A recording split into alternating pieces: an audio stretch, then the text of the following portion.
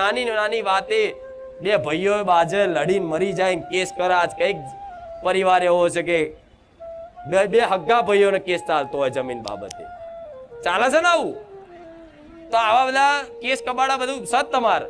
પણ ઘેર જઈને વિચાર કરવાનો કે માં આવી કોઈ જગ્યા તો અમારે છેડામાં નહીં લાગતી ને.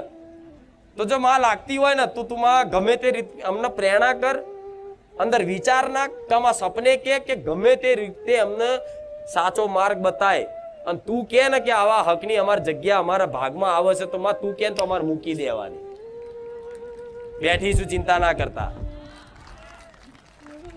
આ કઈક ના દુઃખ આટલા બધા ભયંકર હોય છે ને એનું કારણ શું છે? આવું બધું હોય છે.